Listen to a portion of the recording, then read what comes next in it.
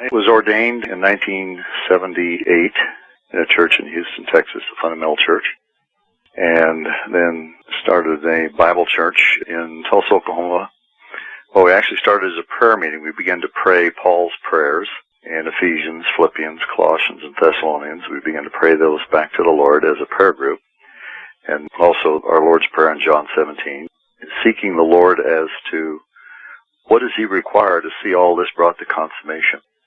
And we were doing that for about 3 years, and I taught Ephesians to this group of believers that I came to know during seminary there. And during that time, we began to meet as a result of the prayer group, and then as a result of going through Ephesians, which took about 2 years, we formed a local church, and we called it Morning Star Testimony. That was 1983. And started meeting and gathering and teaching these folks the Word. And about 1985 or so, a number of the people were having some real difficulties in relationships and in their Christian life. And an individual came, was a counselor, and he told me that he perceived that the Lord was really present with us all, but it was like He was locked up in prison. And I didn't have any idea what he was talking about, because my background was Bible training through Dallas Seminary professors.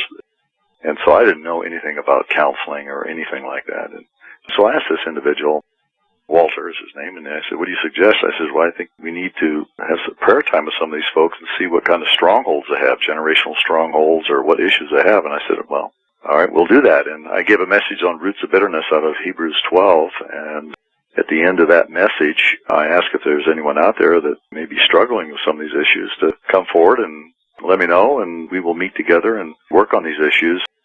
Just about everybody came forward. It was just incredible to me, because my mindset was faithfully teaching the Word verse by verse and giving the whole counsel of God, and that's really all they need. And really that is not the case. Although that's very important, I did not know that a number of these people that had come to Tulsa had a very severe background of chronic ritual abuse and were very dissociated, which I didn't even know what that meant at the time. And so we began counseling in about the mid-'80s and kind of hit the wall. Some of the folks we were working with, they would not resolve. And then I heard about multiple personality disorder in 1990, and I thought, well, where do you find that in the Bible? That doesn't sound like anything that I would want to be interested in. But I heard about a man by the name of Jim Friesen, who is a pastor's kid, and he, at the time, was going to have a book that was going to be released, which is titled Uncovering the Mystery of MPD, or Multiple Personality Disorder. I read that, and then shared some of the findings in that book with some of the people I was counseling with in our assembly at the time. And I remember this one individual.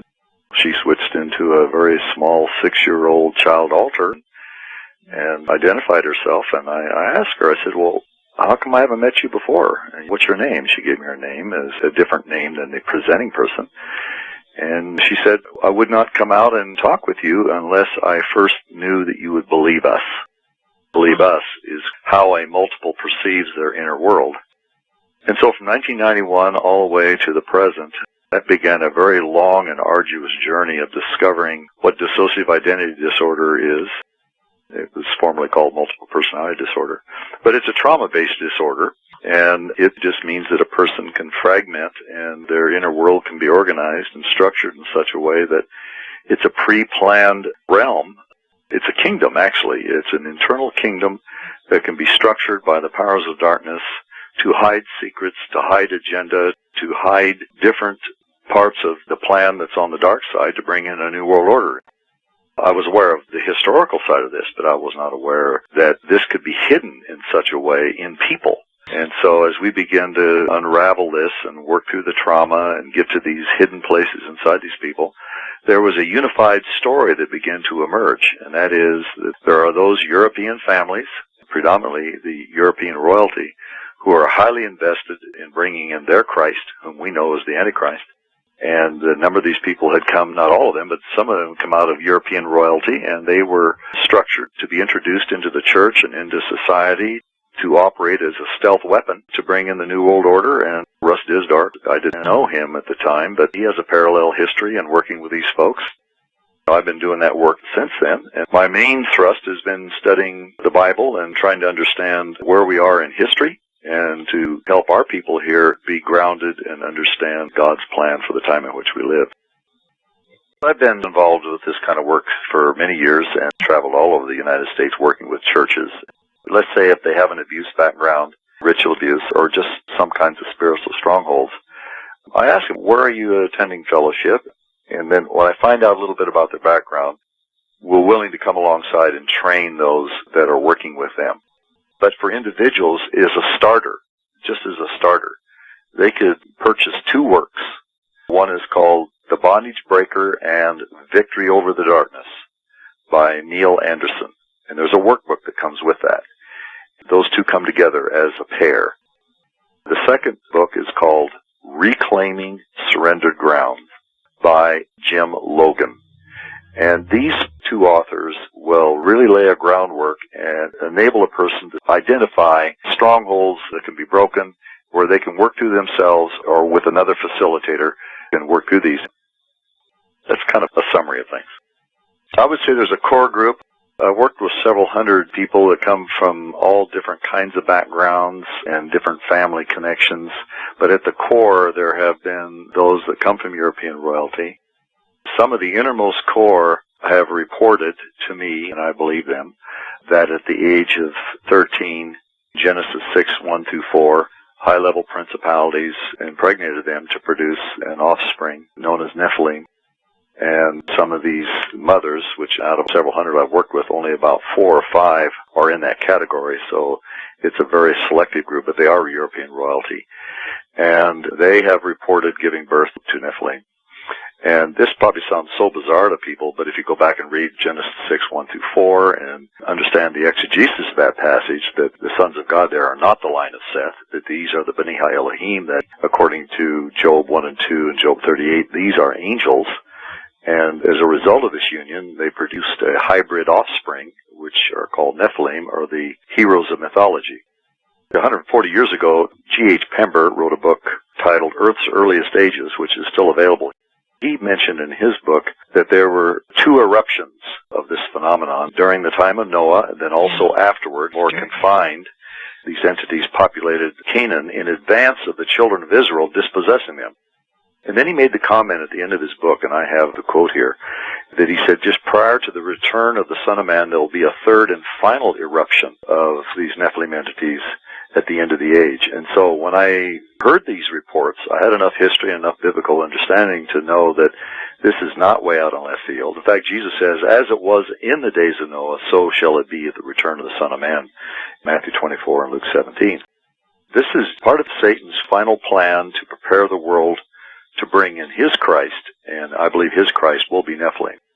It will not be fully human. It'll be a Superman. It'll be an entity that he will present to the world as the final evolutionary process of mankind reaching Homo noeticus.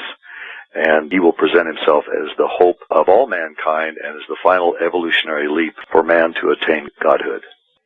I'm not talking about the people that I'm working with, but those that represent the families that they were born into. They're totally invested in bringing in their Christ. And it follows the ideology of the Merovingian kings, the whole Da Vinci Code kind of motif. In fact, there's a book that was authored by Dr. Marie Tanner, who is a professor at Harvard, titled The Last Descendant of Aeneas, Aeneas. He descends from Troy and this whole bloodline that is confluent with Charlemagne, and then from Charlemagne forward, these various kings that belong to these particular bloodlines, they believe, qualify to bring in the Christ. And in her book, she follows this ideology out, not as a believer, but as an unbeliever. And it's quite an amazing piece of work. In fact, if you go on Amazon and look it up, it sells for about $75. It's a very expensive book, but this gives the kind of thinking these megalomaniacs, this is how they think. They really believe that this is what the world needs, that they are qualified to rule the world. The rest of us are not smart enough, and the illumined ones qualify, and they have the right to rule, and they're going to enforce their agenda upon us, which we know as the New World Order under Antichrist. It will last 7 years, according to biblical prophecy. The first half will be the first phase, and then the last half is called the Great Tribulation. And that's when the Antichrist will appear in the temple in Jerusalem and show his true colors. Satan will be cast out of heaven according to Revelation 12, and he'll have great wrath, and he will then expend that wrath in those last 3.5 years leading up to the return of Jesus Christ to establish his kingdom here on earth. Jesus in Matthew 16 made mention that we can't set a date on when the Lord will return, but we should know the season. He says, and the Pharisees and Sadducees came up and testing him and asked him to show them a sign from heaven. But he answered, and he said to them, when it is evening, you say it will be fair weather, for the sky is red. So in other words, by looking at the sky, you can pretty well predict what's going to happen. And in the morning, there will be a storm today, for the sky is red and threatening. Do you know how to discern the appearance of the sky, but cannot discern, now notice the terms, the signs of the times. Signs of the times. And then in Luke 12:54, he puts it like this in a little different context. He says, and he was saying to the multitudes, when you see a cloud rising in the west, immediately you say, a shower is coming. And so it turns out. In other words, you can look at the skies and you can predict basically what's going to happen. That's his illustration. And he says, when you see a south wind blowing, you say, it will be a hot day. And it turns out that way. You hypocrites. You know how to analyze the appearance of the earth and the sky, but why do you not analyze this present time? There's two extremes. One is those that are always trying to set dates. On such and such a feast day, the rapture will occur. Or the other extreme is you can't know. Every generation is expected the Lord to return, and we're supposed to live with that expectancy, but we really can't know. That is the other extreme. That is false. We should know the generation. The key to knowing that generation, there are a number of ways to view this and understand this, is Matthew 24 in the Olivet Discourse, when Jesus is giving a number of signs that pertain to the second advent, not rapture, but the second advent. He said that this generation, that is the generation that see the signs that Jesus is talking about in Matthew 24, he says, this generation will not pass away until all these things are fulfilled. When you see the budding of the fig tree, you know the time is near. Well, I believe that is a clear reference to Israel. You can go in the Old Testament and see a number of references to that as a symbol for Israel. So when did Israel begin to bud?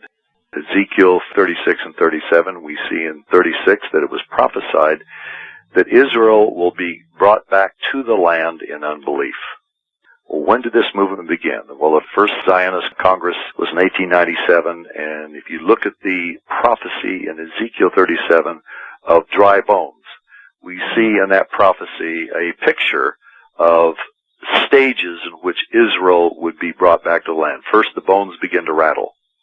And then the bones come together, and then sinew comes on the bones, then flesh on the bones, and then the question is, where's the breath?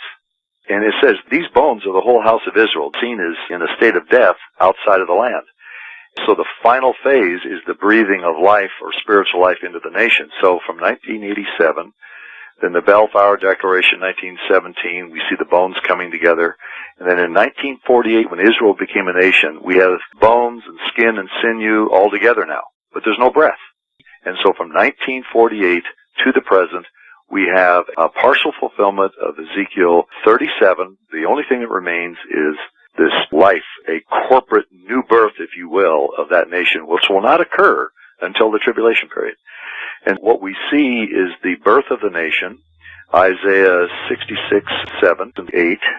Can a nation be born in a day? And that was fulfilled in 1948.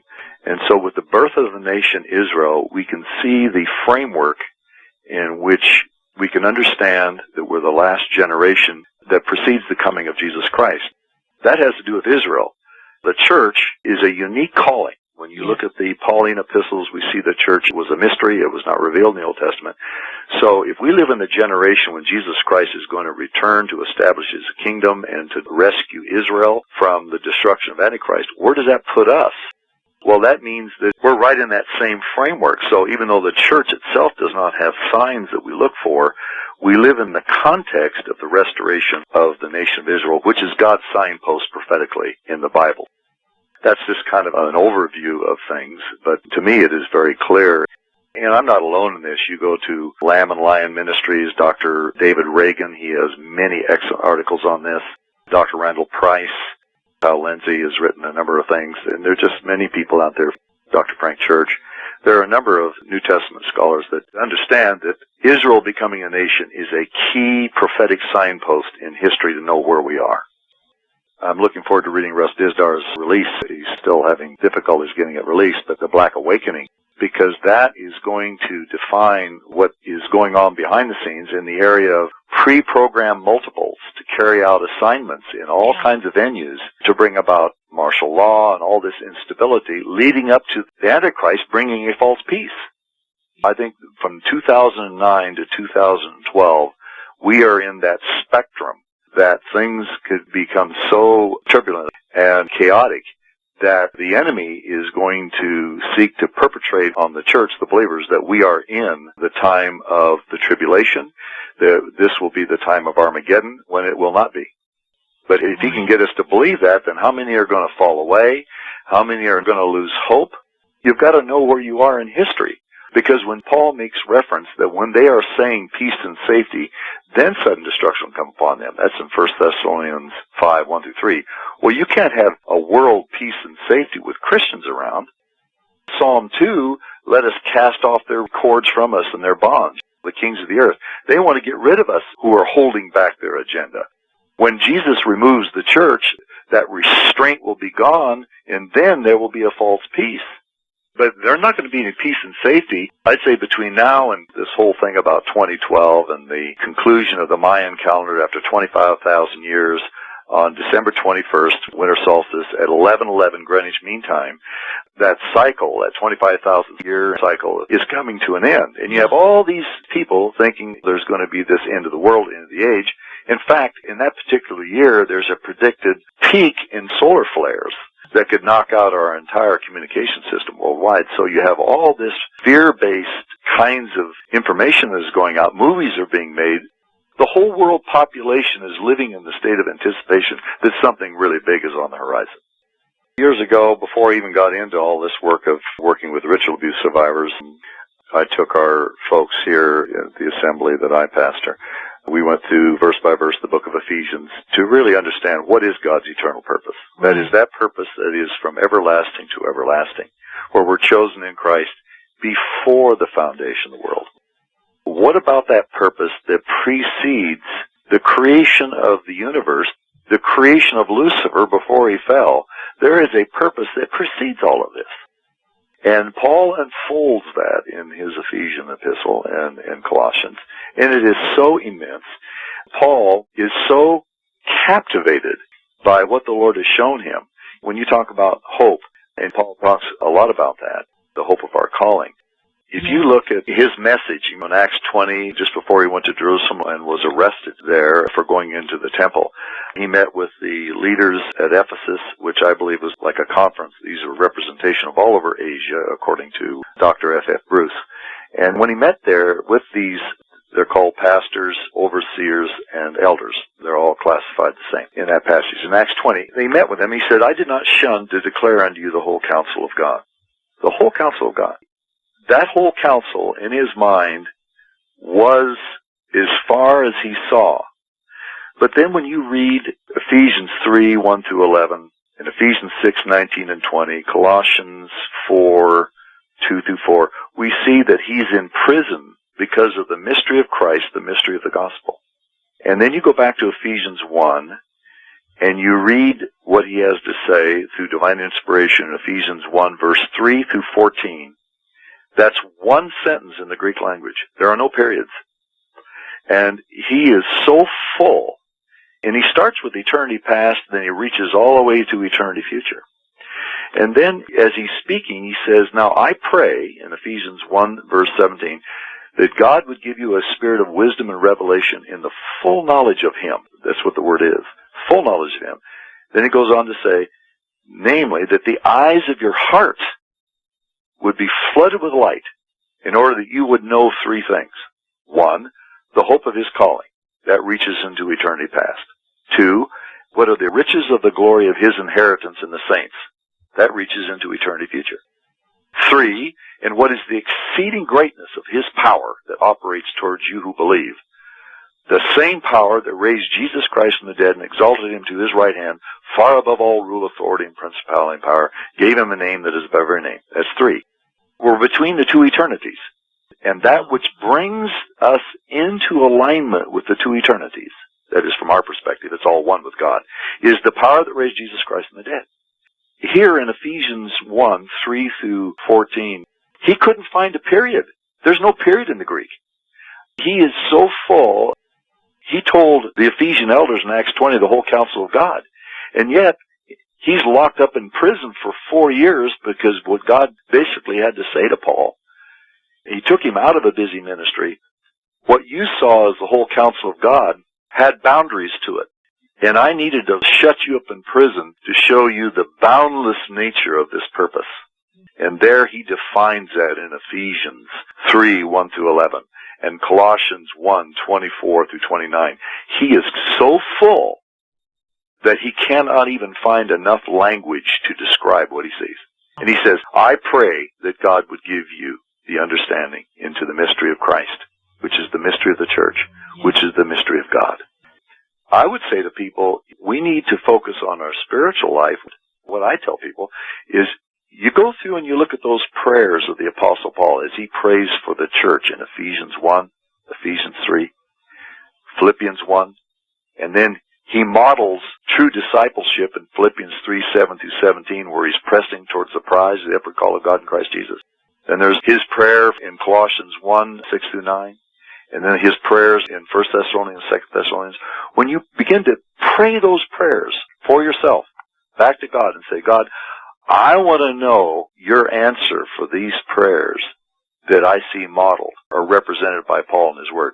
And then you go to John 17, verses 17 and following, where Jesus prays, Father, I pray that they may be one, even as we are one. The glory which you have given me, I have given to them. Not I will give, I have given them, that they may be one, even as we are one. What does all this mean? We can read those words, but where are we with reference to coming into the reality?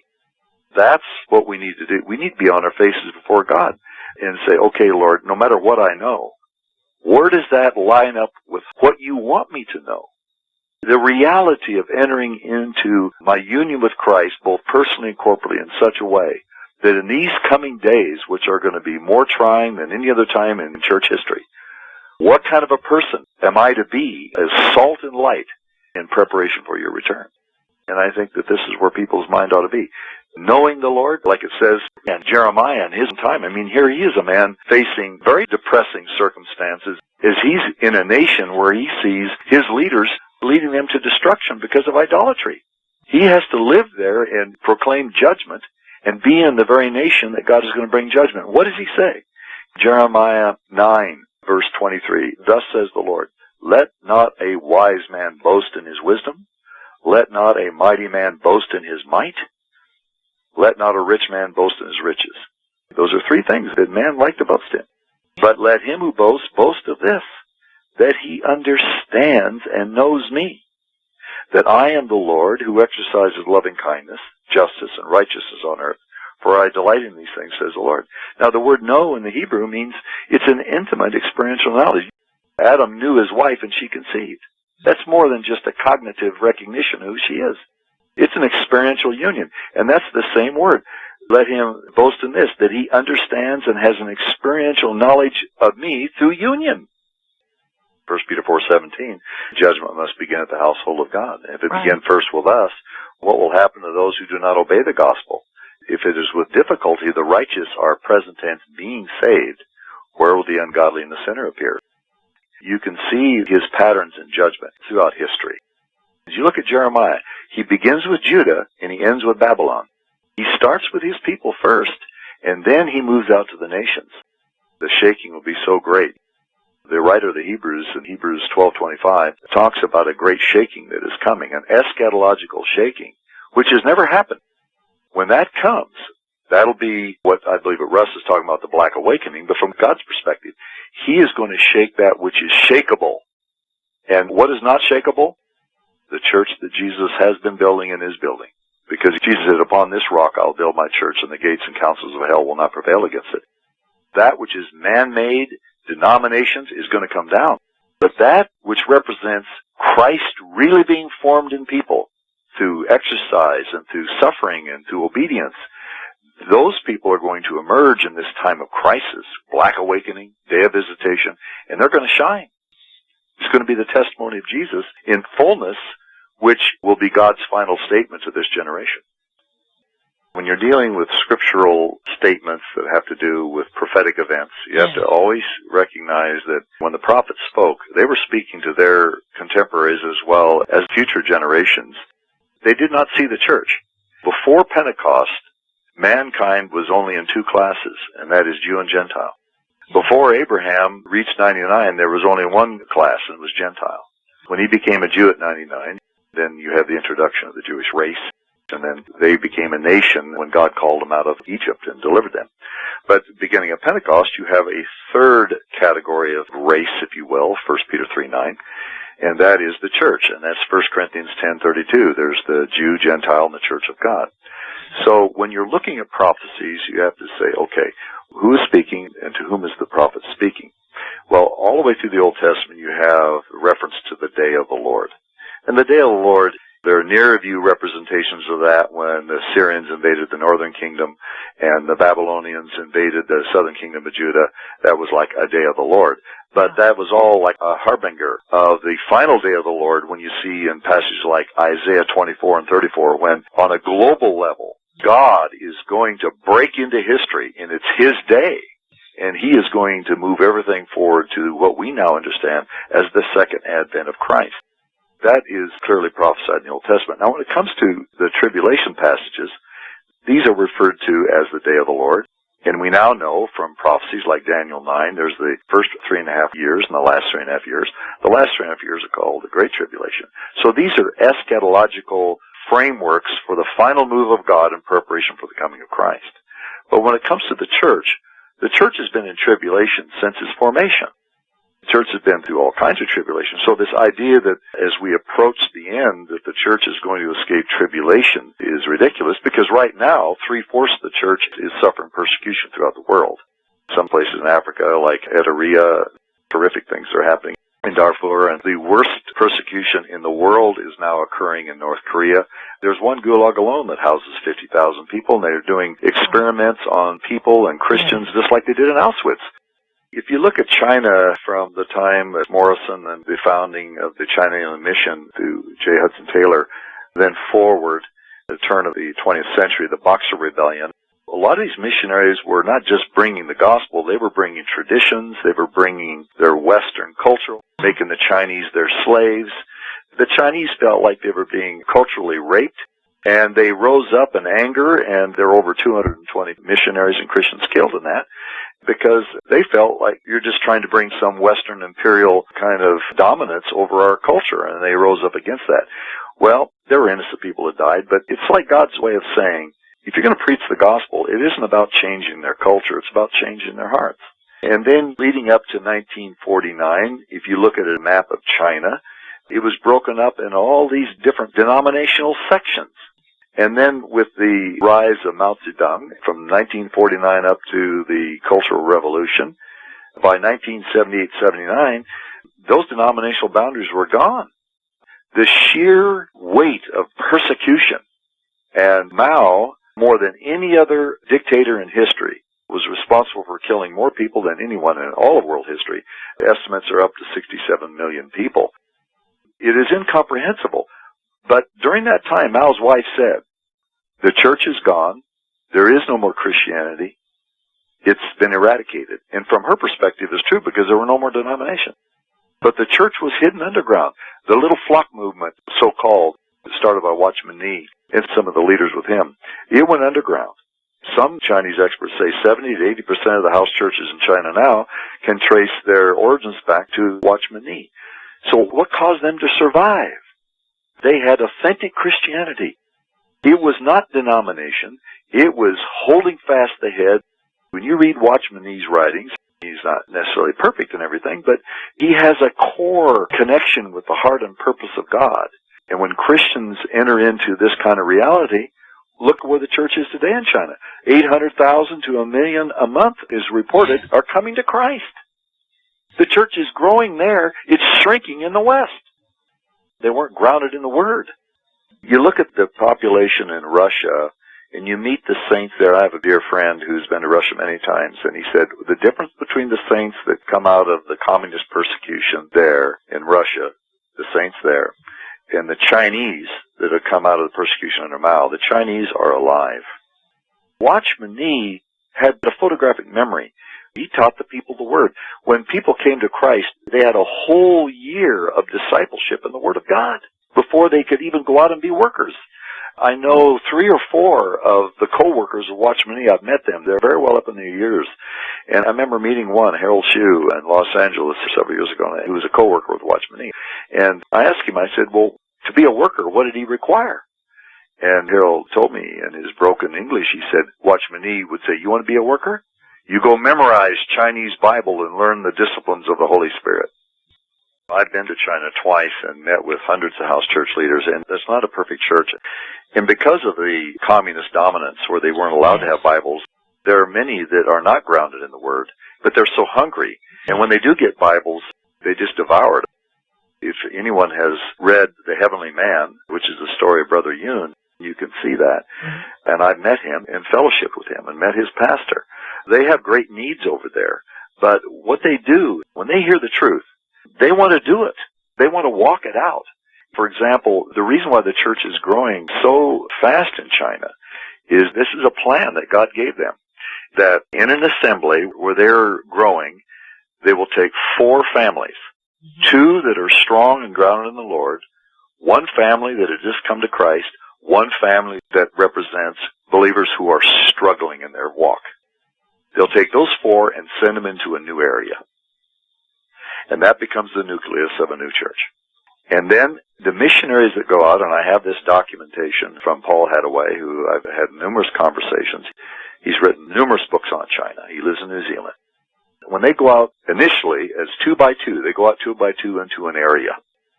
And when they go into an area where there's no Christianity, the first thing they do is they find out what is the number 1 problem that plagues that particular town or community. In this one case, there was a man there that was a shaman, and he held everybody in terror. He's like a witch doctor, and no one could get close to him. He would come out with a knife and terrorize everybody. And he held them in submission through fear. And so when they told these 2 young women that there's this man here that terrorizes, he holds us basically captive. And so these 2 walked into the perimeter where nobody's supposed to go. He come running out screaming with a machete in his hand. And they issued the command. The man froze right in his tracks. And they've come to learn that when they're frozen like this, they can still hear you, but they can't move. And they preach Christ to him. And he drops to the ground. He becomes a believer. And the whole community comes to Christ.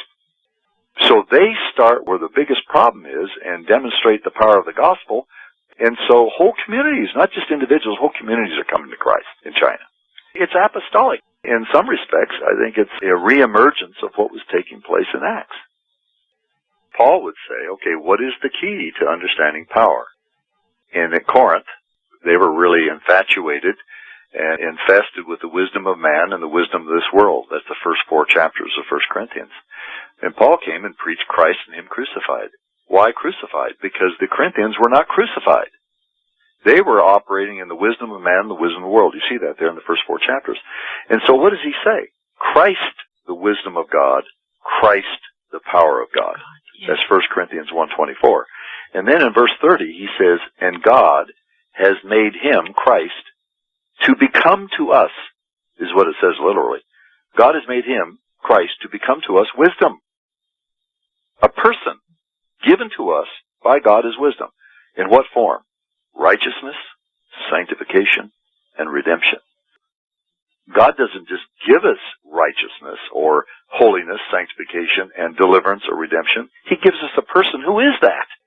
He doesn't just give us power as an abstract phenomenon for us to exercise. Christ is the power of God, what Paul says in 1 Corinthians 1:24. So it's knowing the person. It's entering into union with him, not only as an individual, but for Paul, to know the power of God, you have to be in community.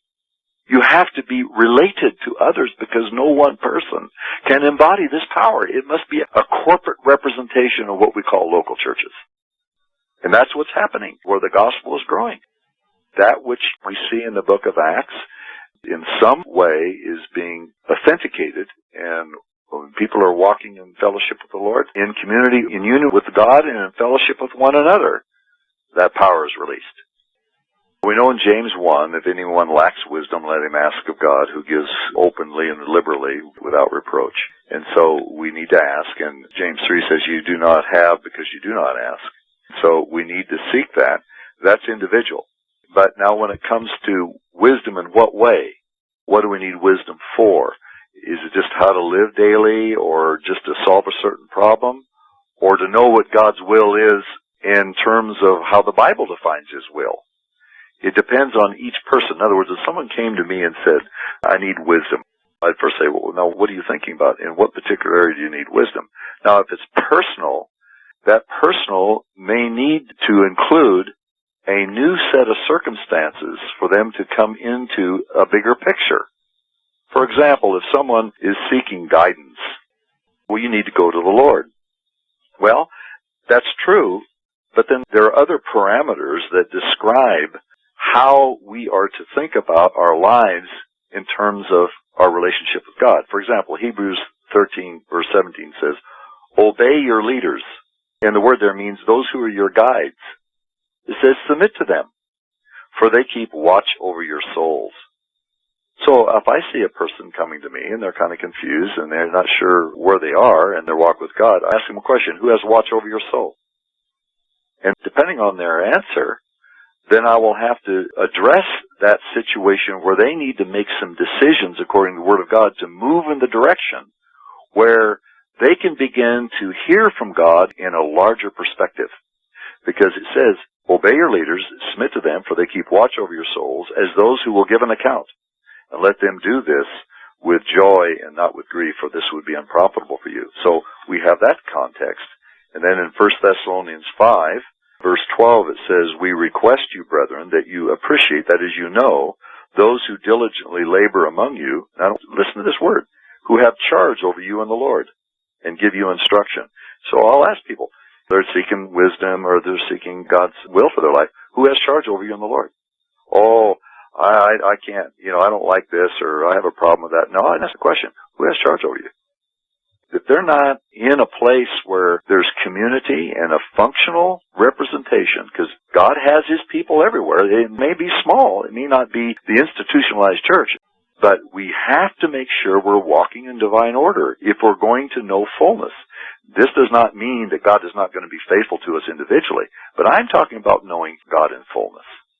And that's, I think, what believers are going to need to understand these days. We need to not only be walking in fellowship with God, but we need to be in fellowship with one another. And that which represents local communities, local assemblies, like we see an example of a local church, a model example of a local church in 1 Thessalonians. When you read 1 Thessalonians, we need to understand that Paul was only there 3 weeks. You go back to Acts 17.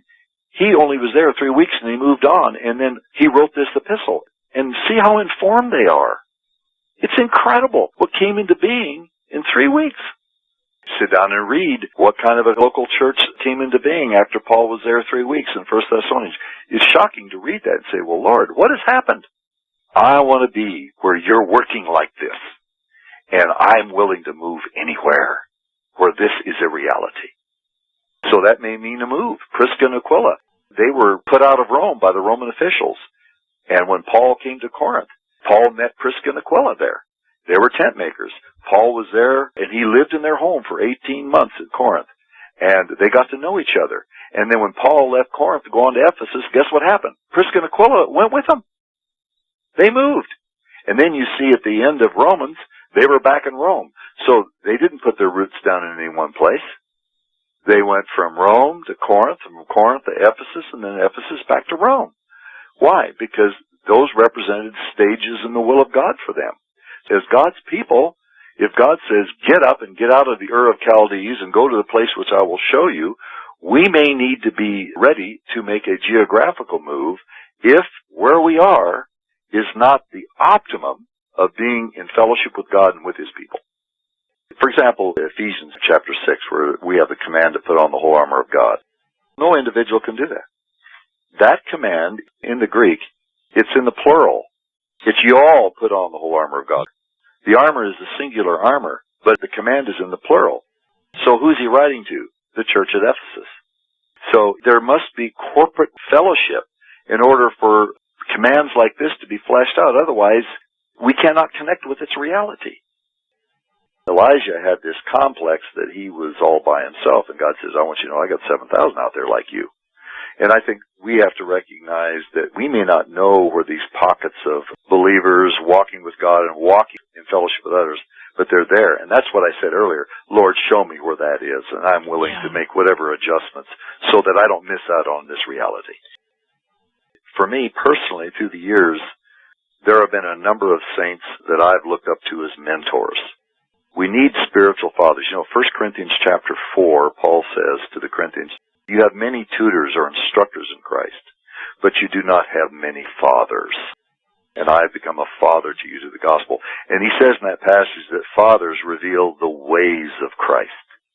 It's not just teaching. We need to have fathers who can show us the way. Fathers can reproduce image. What we need is spiritual fathers. Through the years, I've asked the Lord to give me those who are not only true to the Bible and true to God, but in their own maturity, he would refer to as fathers.